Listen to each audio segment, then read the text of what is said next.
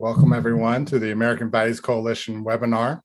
At the American Values Coalition, we are growing a community of Americans to lead with truth, reject extremism and misinformation, and defend democracy. Let me just give you a format of our webinar this evening. And if you're watching this on YouTube, it's too late. You're not here live. So what we're going to do is, after I tell you a little bit about what some of the events that we have coming up for AVC, and then I'll introduce our guest speaker, Bonnie Kristian, and she will answer a few of my questions. While she's answering my questions, it's a good time to think of your own questions. We'll have plenty of time to answer y'all's questions. This month is the book release, and so there's lots of different events going on with Bonnie Kristian. I just wanted to bring to your attention. Tomorrow, the Trinity Forum is hosting Bonnie from at 1:30 p.m. Eastern time tomorrow. You can check out Bonnie again. Also, if you are in or near Northwest Arkansas and you're a pastor, we will be hosting a pastor lunch with Bonnie, and also Jeff Bilbrough will be there. And that will be on October 25th from 11:30 a.m. to 1 p.m. And that is being hosted at John Brown University's Center for Faith and Flourishing. So if you know any pastors in that area, Northwest Arkansas, Oklahoma, that sort of area that would be interested, please be sure to send them, let them know about that. Also at AVC, we have started our own little social network on an app called Circle. And it's think of it as like Facebook without the noise. And so it's a great place to meet other people who share our values and are interested in interacting and sharing lots of useful information on that in that Circle group.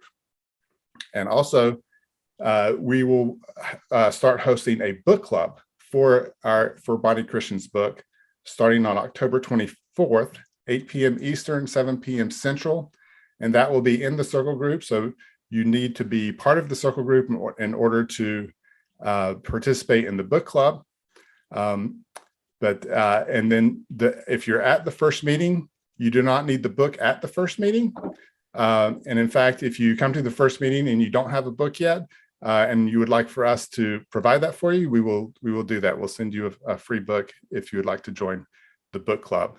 And then later, sometime later during the book club, Bonnie has agreed to also join, so you can ask the author questions after you've had a chance to really dig into the book some more. Also, you'll notice it's t-shirt weather still in Central Texas. Check out my wonderful What Would Jesus Post t-shirt. This is also available on our website. It has our logo there on the sleeve. And we also have a Disagree or Be Friends t-shirt. So if you're interested in purchasing one of those are on our website, and it helps support our mission as well when you buy those. We'll also be putting some more products in that on that part of our website, just in time for the holidays. So great gift buying opportunities. All right, so enough of me sounding like Michael Lindell. Let's go get to our speaker. So Bonnie Kristian is a freelance writer, columnist for Christianity Today. She's written for lots of different publications. We don't have all night, so I won't mention them. She's also a fellow at Defense Priorities and has a master's in Christian thought from Bethel Seminary. If you enjoy email newsletters, she has a Substack, which is just her name, bonniekristian.substack.com. And the book that we're going to be talking about this evening, she has written a very trustworthy book and called it Untrustworthy. But the subtitle is really what it tells you what the book is about. The subtitle is The Knowledge Crisis, Breaking Our Brains, Polluting Our Politics, and Corrupting Christian Community. So welcome, Bonnie Kristian. Why did you write this book? Well, it was for a lot of reasons. Part of it was, you mentioned my work as a journalist. In the last few years, especially, I would say from around 2018 onward, I found myself writing about a lot of topics that initially didn't seem particularly connected to me. And I wasn't, sort of like planning out a series. It was just driven by what was coming up again and again in the news cycle. And as I came back to these stories over and over again, I gradually began to see them as part of a larger whole. pieces of this bigger crisis, as opposed to these isolated incidents. Things about stories about technology, stories about more on the philosophical side of things, stories about how people were distrustful of polling, all kinds of things. And so as I began to see them as part of a bigger whole, I decided, it might be worthwhile to write about them in a format that people would care about for more than a few days. So that was a big part of it, sort of the professional side of things. But a lot of it was also about what I was observing in my own life and my own habits and my own relationships, and also hearing, very similar stories and expressions of frustration from friends and family members, and, even readers of my columns who would write in and say, I'm dealing with this exact same thing with my mom or my cousin or what have you. And so as that kept happening, and particularly, I kept seeing a lot of the same comments from pastors, especially, and began focusing on the implications for local congregations. That sort of drove me to think, this isn't just something to sort of think about in this more like philosophical sense. Like, this is something that is impacting lots of people and lots of people's relationships, not just me and my family and friends. Oh, Nap, I think you're muted, or I can't hear you anyway. Yep. What was the time frame that this book was written in? So I started the proposal in, early last year, early 2021, I believe, and then got to work on it probably around April of last year, sent the manuscript last September or early October, and then it was just about a year for the editing and marketing process, and came out last week.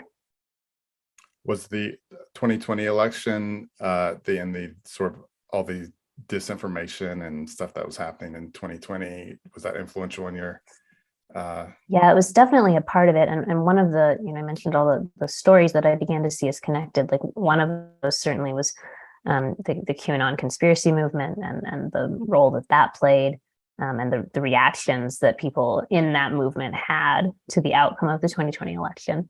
But a big challenge of writing it was making sure that it wasn't so closely tied to just 2018, 2019, and especially the 2020 election. I had some conversations early on with both my literary agent and my editor about how do we keep this from being like the Trump post-election book, right? Like that's something that would hopefully be useful to people, and not so tied to that exact moment, but useful in a longer term, because I think, well, 2020 and former President Trump are very much tied up in this, and very good case studies and both like propellants of and effects of this crisis. I think that we will still be dealing with a lot of these same things when 2020 feels pretty distant and Trump is no longer a major figure in our politics. So what is the knowledge crisis? So the knowledge crisis is it's that sort of sense of unease and uncertainty and confusion that I think a lot of us feel when we're trying to engage in media in the public sphere, especially social media, but not exclusively, and especially political media, but again, not exclusively.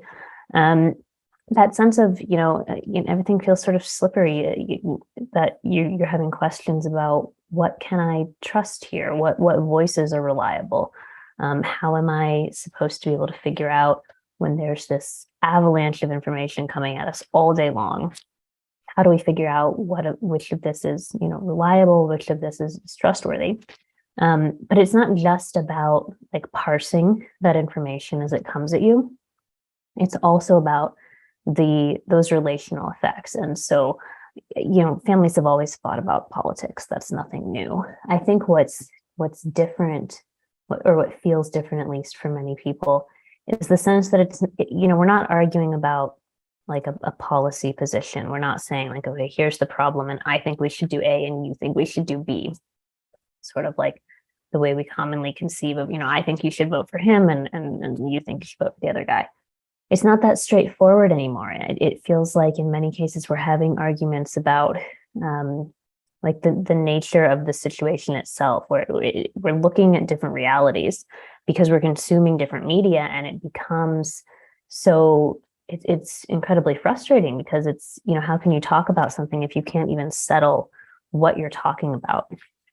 And so that sense of our uncertainty about informational things driving these wedges into our relationships and also into our congregational life. I think that is a big part of the knowledge crisis as well. The effects that it has offline, outside of social media, on the way that we behave ourselves, the way that we interact with people whom we love, and yet many times do not treat in very loving ways because of these disagreements and because the other person's position just feels so unfathomable. So you can go ahead and start putting your questions in the Q&A. And also just, if you appreciate what American Values is doing and bringing these webinars to you, please consider making a donation. We have a donation button at the top of our website as well. So when I'm reading the book, you're talking about how this knowledge crisis affects Christian community. There's also, a lot of the book is just some really good general advice for anyone, regardless of their religious faith as well. So as you're writing this and thinking about how the knowledge crisis applies to Christian community, how much of that writing really went into like Christian specific things that, for a Christian audience? Yeah, it's a mix of both. So to sort of give away the end of the book, my argument is that if we're going to address this, I think we want to have some sort of big top-down solution. We spent a lot of time talking about, well, what if we could moderate social media better? Or, what if we could make cable news be fairer and show both sides more, or something like this. I don't think that there's any like large scale solution like that coming to save us. I don't think there's anything that'll actually do that in the way that we might hope. And so my argument is that what we can do is in our own lives, take stock of our habits and the way that we're using our attention and the voices to whom we're giving authority in our lives, via podcasts or cable news or whatever it is you consume day in and day out. And then use our habits to hopefully cultivate intellectual virtues. So we cannot, any of us, really affect sort of the information environment that we live in on the grand scale, right? But we can affect what kind of people we are as we're coming into that information environment. And the virtues that I'm talking about, the three I talk about most, are studiousness and intellectual honesty and wisdom. And those are not virtues that only Christians can have. Certainly other people can cultivate virtues as well.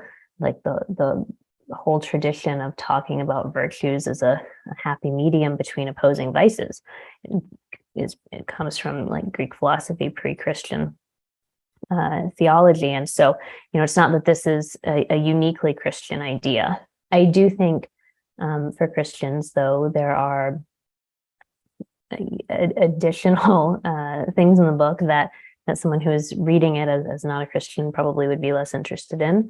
And so some of that is on that individual side, things like one of the things I talk about is N.T. Wright's hermeneutic of love, or excuse me, epistemology of love. And so that idea is very much grounded in a Christian idea of love. And essentially what he says is that when we are coming to knowledge, or trying to gain knowledge, we are coming to it. If we're coming to it in love, we want it to be itself and to be the best that it can be. And so it's not a self-interested pursuit of knowledge where we're trying to use it for our own. We're trying to recognize it as it is. And he argues for that based in a very explicitly Christian conception of love and how love should be. a lot of, I think, the more specifically Christian uh, recommendations, I guess, if you will, are about church life and how we are worshiping together and seeking to be faithful together and seeking to disciple one another.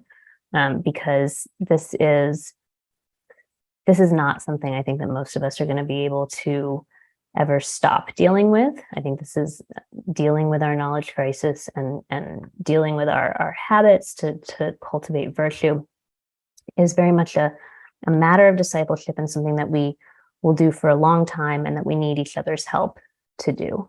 And so the life of the local church as and not just sort of in like the formal teaching sense, but even in just hanging out with one another, spending time together, doing things that are not about mainlining Twitter or watching cable news. All of that is perhaps like the single those other and better uses of our time are perhaps the single most important antidote, I think, to this that we have available to us. The first question says, I have found Adfontis's media bias chart and as extremely helpful to parse through bias in media. I wonder if you have an opinion on that, both Nap and Bonnie. I know which chart he's talking about. Do you know what that reference is? I'm pretty certain, and I'm just looking that up to make sure I'm thinking of the right thing. Yeah. So it sort of ranks based on political affiliation or political lean, you could say, and then also on the other axis is sort of like the quality of information or the degree to which it's like factual reporting versus opinion. Does that sound right? Yeah. Yeah, I mean, I think it's useful. There have been times when I've, and that's maybe the best known one. It's not the only one. There have been times when I've like quibbled with some placements, but I think overall it's a good resource and can give you a general sense of, if you're coming to a media outlet that you're not familiar with for the first time, if they're listed on there, I think that's a good place to start to get a sense of what they're about and what sort of not only what sort of content you can expect from them, but essentially what would their probable blind spots and errors be? What are they, more likely to get wrong because of their political views? Yeah, my frustration with that chart is that the chart itself has its own biases. So, and it depends on how you define liberal and conservative, of course, as far as like what's going to come out. I mean, I appreciate the effort to try to measure this objectively, but it's all going to depend on what you put into the program as to what's going to come out of the program. And I'll just give you one example. I love NPR's work. I listen to NPR all the time. They do not, since the Dobbs decision, you will not get a view from the pro-life community, at least not that I've heard.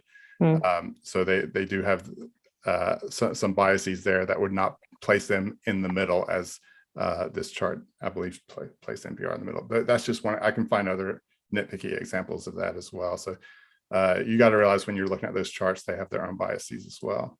Yeah, I mean, so much of this is like in the eye of the beholder, and I've definitely had conversations with fellow journalists who are like really sincerely doing their best to like do some sort of like curation or analysis that presents a balanced summary of sort of like their idea of where is the debate on this, and like had to laugh because I would say, your sense of where the center is on this is not where the center is, and it's not.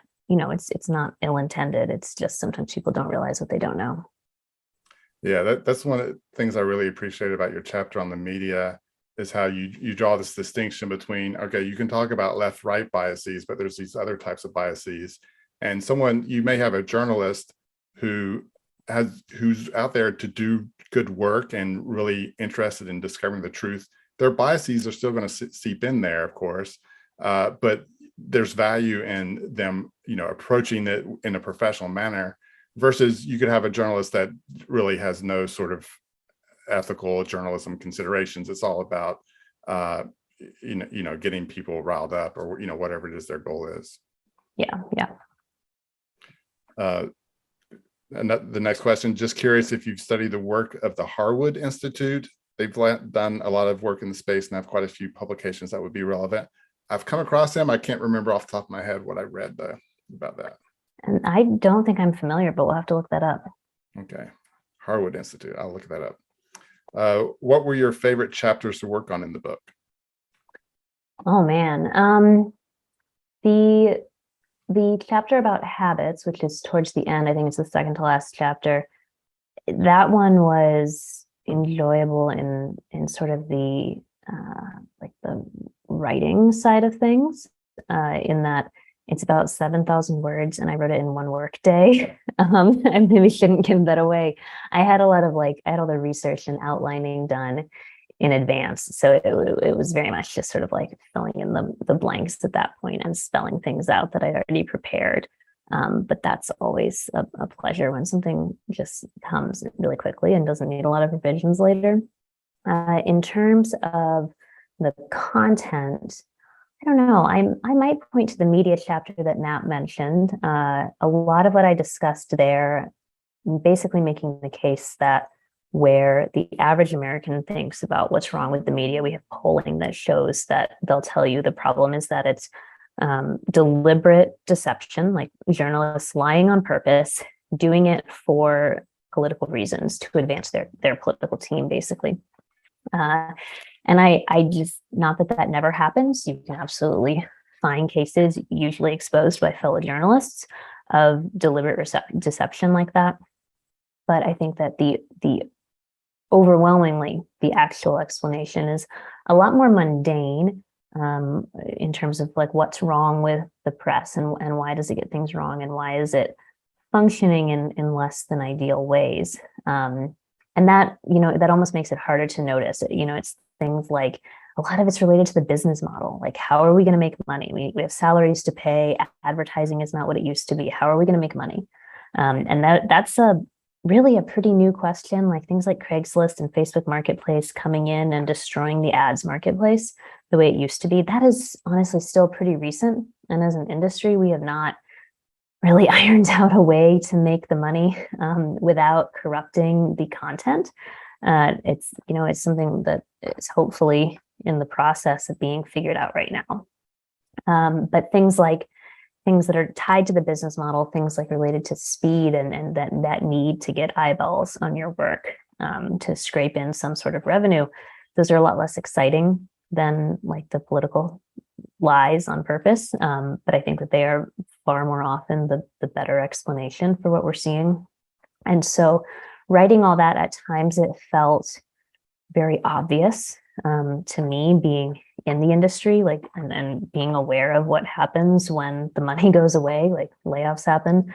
But I think since that is not where I see the conversation about what's wrong with the media, it felt like something very, very necessary to write and to explain sort of, like here's a peek into the pressures that journalists are under and not always responding to well, but this is why things are the way they are.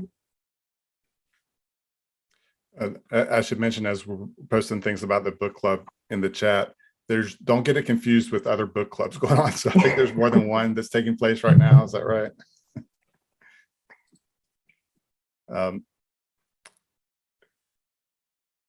What were some topics and issues you wanted to address but didn't make the cut? Oh man. Or another way of asking that is, are there any topics that in retrospect, now that the book is over, you wish you had covered more? Yeah, I don't know about big topics. Like I had a lot of discretion, and my editor put a lot of trust in me to basically outline the book as I wanted it to be and then write it. And I appreciate that. And so there wasn't any sometimes you'll hear about like authors having to cut entire chapters. That didn't happen to me, and I was grateful for that. I think, and it's rather than sort of a big additional topic that I wish was in there, and in a year hence, I'd probably have a different answer to this. But for now, rather than an additional topic, it's more that I come across stories that I think, oh, this would be like a better illustration than the illustration that I had. And of course, you can't go back and retroactively put those in there. With our current level of polarization, what would be a good way to encourage people to be open to different viewpoints? It's going to sound really simplistic, but I think most of the time it's just having like real life normal relationships with people with different viewpoints. One of the most interesting and terrifying studies that I cite in the book is something called like the perception gap, if I recall correctly. And basically the gist of it was that the people who were most well informed politically, had the most, like, who were most up on the news, consuming the most political media, posting the most on political stuff on social media, the people who would consider themselves like news junkies had the most distorted ideas of what their political opponents were like. And the way that their views were distorted was they thought that their opponents were more extreme than they actually were. And I think if, like me, you are online too much, it's super easy to see how that can happen, because I mean, those more extreme voices are the ones that get amplified online. And we heard a lot, especially after 2016, when the Trump's victory took a lot of people by surprise, especially in the media. Like, there was just a sense of like, well, it's impossible. We heard so much about like, get out of your media bubble and listen to some other voices. And that is a good thing. That is something you should do. But the problem is that in many cases, people will diversify their news feeds, trying to get out of their bubble. And then they read those other perspectives and it's like a hate read. They're not actually reading to be persuaded. And so then, they're worse off than before. And I think that is very often what happens when we're reading things online. It's difficult to come to a perspective, especially from a person you disagree with, and really come to it in an open-minded way, even if it's just hard to do. It's just not how our brains really work, in that like very public online atmosphere where we get in sort of like teams mindsets.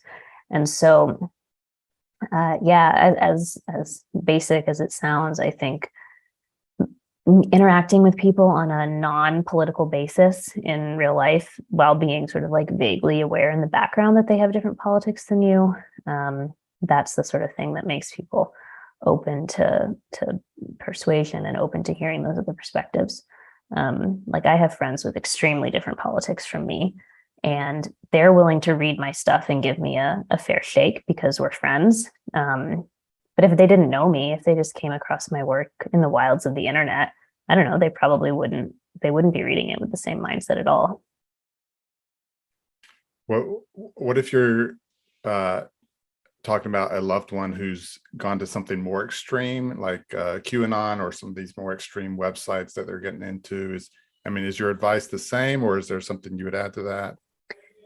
It's pretty much the same, which is frustrating. Like, that's not the advice that I want to give. I argue with people for a living, and so I'm extremely sympathetic to the impulse to try to argue with someone who's into something like that. The reality, though, I think, is that in the vast majority of cases, you will never argue someone out of something like that. Partly because it's not based in reason and logic and actual hard evidence. Like, it's based in suspicion and innuendo, and with QAnon, like a sense of community. And so you're not dealing with someone who has this, logical argument that you can neatly take down. You're dealing with someone who has sort of this whole mindset of cynicism, and yet like also a certain gullibility, and you're dealing with someone who is in basically like a real life game with their friends, and you're trying to pull them out of what feels like a good and enjoyable community for them, and arguments are just not going to win there. So I think it does come down to your relationship with them. David French, who wrote the foreword to my book, makes this point a lot, which is that, if you're spending an hour a week with someone and you're arguing with them for 30 minutes of it, like, in what world are you going to change their mind? That's never going to happen. So there needs to be more time. There needs to be less, maybe zero argument. Instead, talk about like other things, kids, dogs, vacation, jobs, whatever, things that do not have to do with those extreme or conspiratorial mindsets, because it reminds them that there are other things in the world.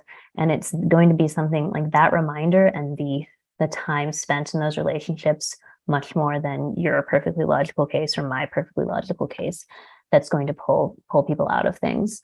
And to that, I would also just add, especially in a really hardcore situation where someone is in very deep, I think we have to accept that sometimes we're not going to be the one that rescues them, if you will.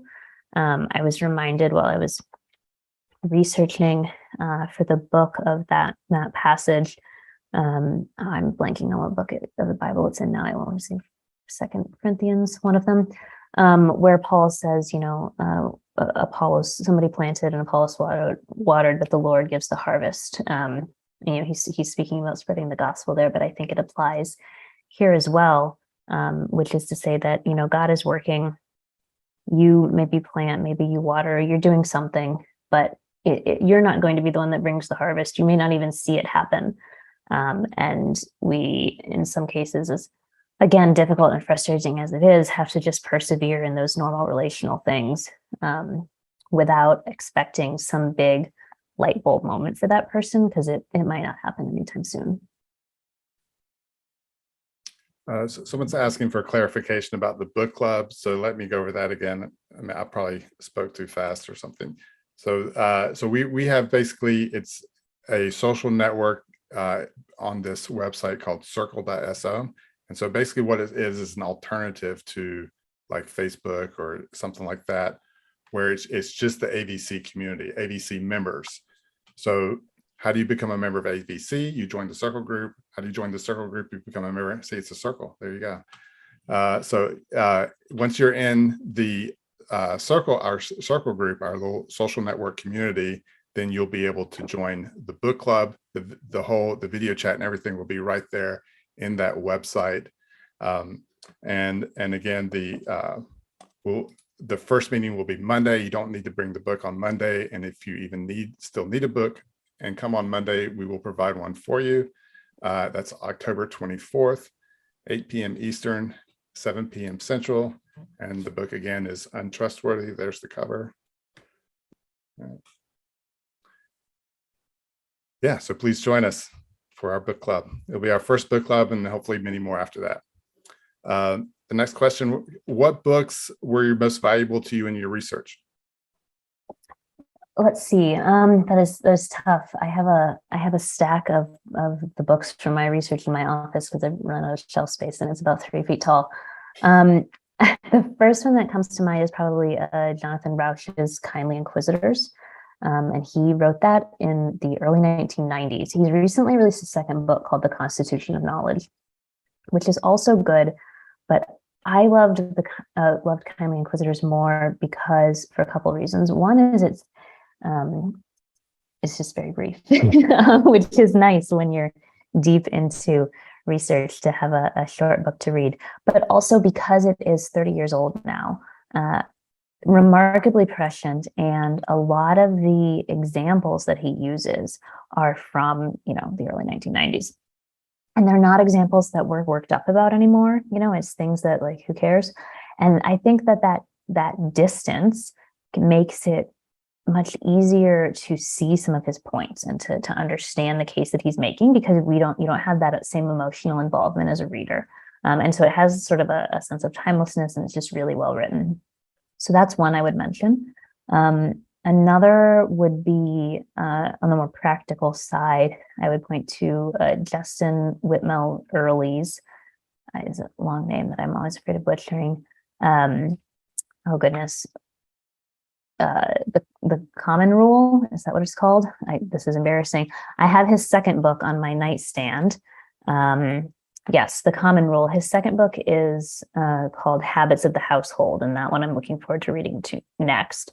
But basically, his idea is 4 daily habits and 4 weekly habits to develop to he's not focused just on intellectual virtues, but it dovetails really neatly, and I strongly recommend that book to everyone. And then to sort of get our attention spans under control and our relationship to technology a little bit more appropriate than it frequently is. And so his second book, Habits of the Household, is the same. I haven't read it yet, but the same concept applied to especially families with children still at home, which the first one, The Common Rule, is much more individual and doesn't have so many ideas for incorporating younger children in these habits. And so, which I think is crucial, lest their brains be as broken as ours are. And then we've already mentioned Jeff Bilbro, but his book, Reading the Times, is very good as well. A little bit more on like the literary side, but a really lovely book and something I'd recommend. Yeah, and we did a webinar with Jonathan Rausch as well, which is also available on our YouTube channel. You can see if you missed that. And Pete Weiner was there with us to ask questions, and so that was on the Constitution of Knowledge, not the other book you mentioned. Yeah. Oh, and one of the things I like about your Substack is how you as you were writing the book, you were sharing all the books that you were reading and all the research you were doing. So I felt like I was just sort of going along with you as far as like as you were writing the book and seeing all the different books that you were consuming to write the book. How will the social media industry's increasing shift to short form video impact our knowledge crisis? Is that this is probably what my answer should have been to the things you wish you'd included. I don't know, even a year ago, like TikTok did not have the place in, sort of like the world of social media that it has right now. It seems like every other news article I see is like, what are they saying on TikTok about this subject? Which I don't love. I don't know how to predict that. I think that people have this assumption that especially these short and clearly amateur videos are more authentic and more truthful because they're being made by people who don't have sophisticated video editing skills. So how could they fool you is sort of the perspective. This isn't like deep fakes, not that couldn't come out there, but there's this sense that it's authentic and it's not deceptive. I think that one of the big risks of video, and the reason why I don't like watching like news or anything really like serious on in the video format myself, is that it all comes at you very quickly, and it's very difficult to take note of details and to actually check things if you have doubts about it, because it is just too much too fast. And so you come away with sort of a general impression that's often very evocative and very sticky in your mind. But the details could be garbage, and that would be hard to find out. So I guess I'm wary of making specific forecasts here, but my overall sense is bad. As you were answering that question, I was just reminded of one of the books that you mentioned in the book as well as Tom Nichols' The Death of Expertise, and how this new format, it seems to me it just sort of exacerbates this idea that if you're highly opinionated and you can talk about your opinion in an interesting way on video, then that's what kind of gets promoted rather than whether you actually know what you're talking about or not.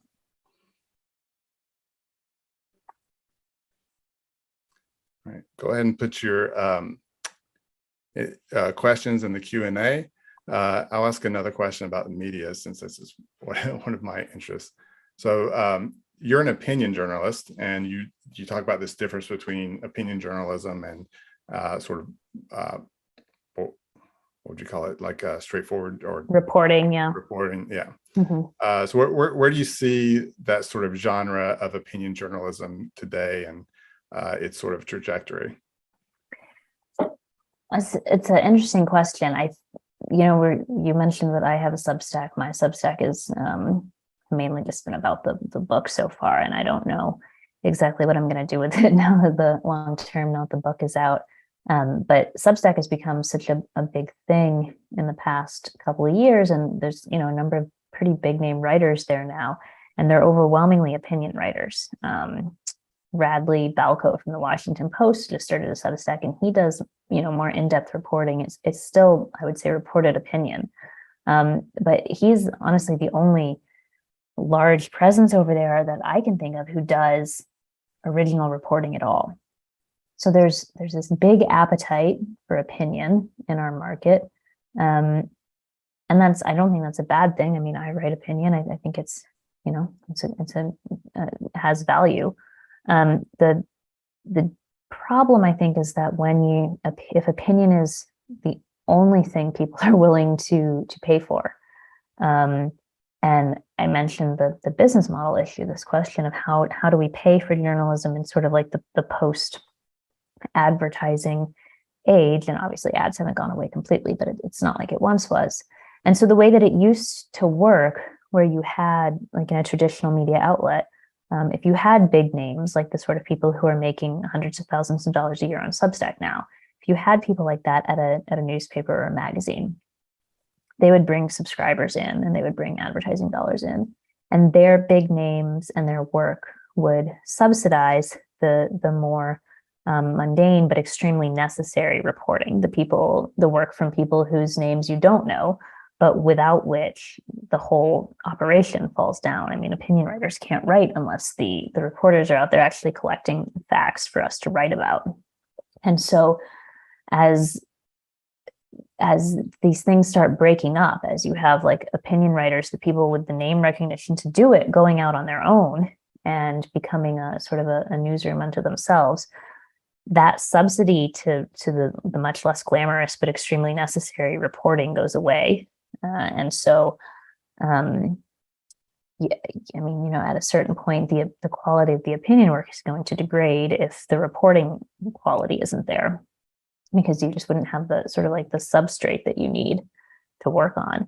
And so I don't really see the appetite for a lot of opinion content going away. I think that's here to stay. It's sort of the big driving force in American media to air all of our opinions all the time. But I do worry about that becoming sort of the main thing and the specialty for every outlet at the expense of these other types of slower, less exciting journalism that we very much need. Just, I guess on a more hopeful side, I think one of the trends I've seen is for opinion writers to be less opinionated and to do more actual just research and interviews and things like that. Like you see Pete Wehner, some of Pete Wehner's work, it's not just sort of, here's what I think, it's, I talked to so-and-so and this is what they said, and that you have a lot of good sort of opinion journalists who are doing interviews and going out and doing research and things like that. And it's almost like they're sort of an amalgamation, because you had mentioned the articles about TikTok being that you found frustrating. So you're probably thinking about that Washington Post one about abortion and TikTok. That's definitely one I had in mind. Did you notice they put it in the opinion section, which I found interesting? I didn't, but that's interesting. Yeah, because with just a few modifications, they could have just as easily put it in the news section. And so so it's like they did this research and then they put it in the opinion section. So I don't know what this means for the future, but there could be sort of a more of an amalgamation of the different sort of styles of journalism. Yeah, and I think it can't be emphasized enough that journalism, like a lot of industries that have been affected by the internet, and the way that we do so many discussions that once would have been like internal industry debates, the way we do them in public now, that this transition period is, I know it feels like the internet has been around forever, but it is objectively still really recent, and not to, excuse poor choices and missteps and that sort of thing. But like we're still figuring it out just like everyone else is. This is still quite new. Well, what's your advice for someone who's, they're not in the journalism industry, they're not in politics, they don't have to be like constantly updated with like, what's happening in Ukraine or what's happening with Joe Biden, but we want to have an educated society as well. We want people to follow what's going on and be aware. You need to be aware of what's going on if you're going to go vote. I would hope. So what's your advice for somebody who's sort of in that world? Like they don't need to be constantly, reading the news, but you want them to be educated. What's a good way for them to sort of efficiently use their time to be educated enough to understand what's going on in the world? Yeah, I would say a few things. One is that your news consumption level doesn't have to be the same all the time. And I don't think it's illegitimate to like say you have an election coming up in 2 weeks. I don't think it's wrong to sort of cram like at that point and study up before you go vote. I don't think you have to maintain election ready levels of knowledge at all the time. That doesn't have to be sort of your baseline. In the more day-to-day, I think for a lot of folks, just having some sort of daily or even weekly news digest that gets you caught up on like the main things and the important things and not whatever garbage is trending on Facebook on that day, maybe all you need a lot of the time. For people who want to go deeper, my biggest recommendation is to just pick a handful of topics and fairly big topics, not like this thing that Mitch McConnell said Sunday, but more like immigration policy, something on that scale.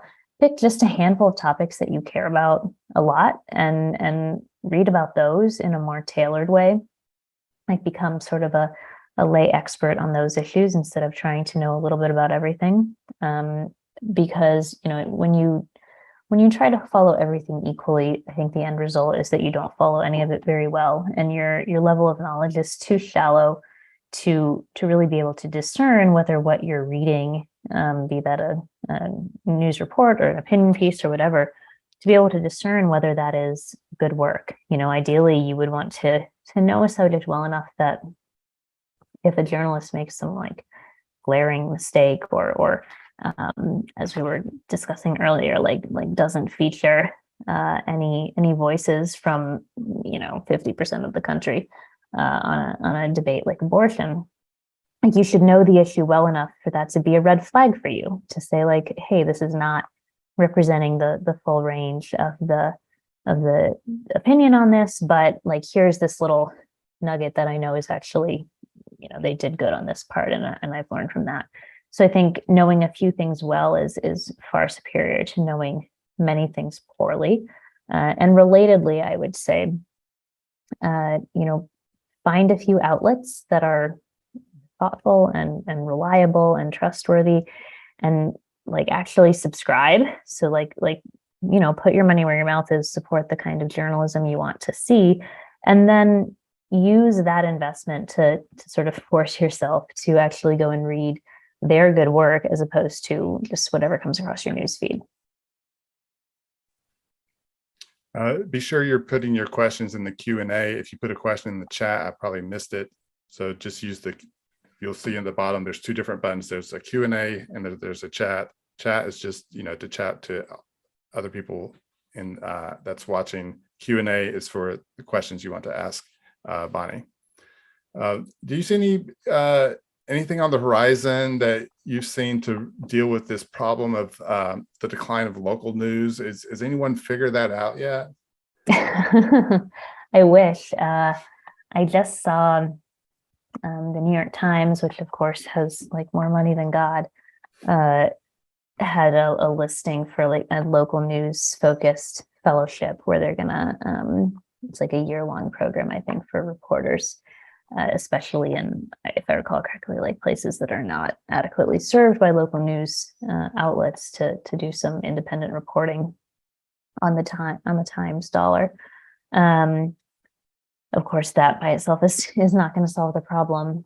I don't know. I think that we have in the abstract, everyone is very upset about the decline of local news and everybody wants that to come back and be fixed, right? In practice, people are reading national news. Like it's the bigger fights, it's the more exciting stuff. I think many people are more transient, don't have the same interest in their immediate, city or neighborhood that people once did when they lived in the same place their whole lives. And so I think that this is both a demand side problem and a supply side problem. And I'm not sure that realistically you get certainly a physical paper off the ground in a local market in the 2020s. And if you don't have that physical representation, it's a lot harder to, sort of become a presence in the community and be something that people stumble upon instead of having to specifically look it up. That's not a very hopeful answer. I do think it's a problem. I think everyone recognizes it's a problem, but I don't know that anyone's figured out a good solution yet beyond sort of that like large scale subsidy model where someone with money, be it a big outlet like the New York Times or a nonprofit or something, pays for basically local news that wouldn't pay for itself. But I don't know if that's sustainable in the long term. Yeah. And I don't know if there's enough money for that as far as the nonprofit. I mean, I'm blessed in my city to have a nonprofit that supplies a local newspaper, but that's just like so rare to find that. Yeah, and I heard a story recently about I want to say it was in North Carolina. There were a handful of like retired journalists who did essentially local reporting for free because they had a pension or whatever, and they could afford to do it without being paid a salary. But unfortunately, we can't rely on retired journalists popping up in all of our unreported cities. We have about 5 more minutes if you have any more questions. Is there anything in particular that pastors can do to deal with the knowledge crisis? Yeah, the two biggest things I would say there are, number one, time. Something that I think I mentioned at the very beginning, hearing a lot of the same themes from pastors on this subject. Something that I've seen over and over again is pastors saying, I get to spend an hour with my congregants every week, but CNN or Facebook or Twitter, what have you, gets them for 15, 20, 30 hours. And I think insofar as pastors can change that balance of hours, that is like the number one priority. And again, it doesn't have to be, you're going to spend 20 hours preaching at people. I don't think that would go very well at all. But potlucks, casual things, like just ways that you can get people together, which is to say like off their phones and away from their TVs, is a huge part of it. The other thing that I would say is we need, I mentioned this is a discipleship issue, and that I think that entails accountability, and that can't come from the pastor alone, both in terms of scale. Most pastors are going to just have too many congregants to be monitoring everyone's media consumption habits for the whole congregation, but some sort of peer-to-peer accountability system, if you can set it up, if you have multiple people in your congregation who are concerned with this and who want to check their own habits and cultivate virtues in themselves to become a better consumer of media and to have a better feel for truth and for untruth when they encounter it. That is something that some sort of like accountability partner, to use a very evangelical turn of phrase, can help. Even just something as simple as like share your iPhone's count of what time you spent on apps every week. It's very embarrassing for me, at least, to think about sharing something like that. And I think if it is embarrassing to us, then that's probably a good sign that we could stand to share it with someone. And be sure to follow what we're doing here at AVC. You'll see an announcement coming next year about some small group curriculums that we're putting together to help people, to help churches and small groups with the knowledge crisis that's breaking our brains. So Bonnie, Kristian, thank you so much for joining us. be sure to check out the book. It's called Untrustworthy by Bonnie Kristian. And I hope you can join our book club if you're able, or continue to follow us and just sign up for our email newsletter or social media, however you'd like to follow us. Please do so. And thanks for joining us. Yeah, thank you so much for having me.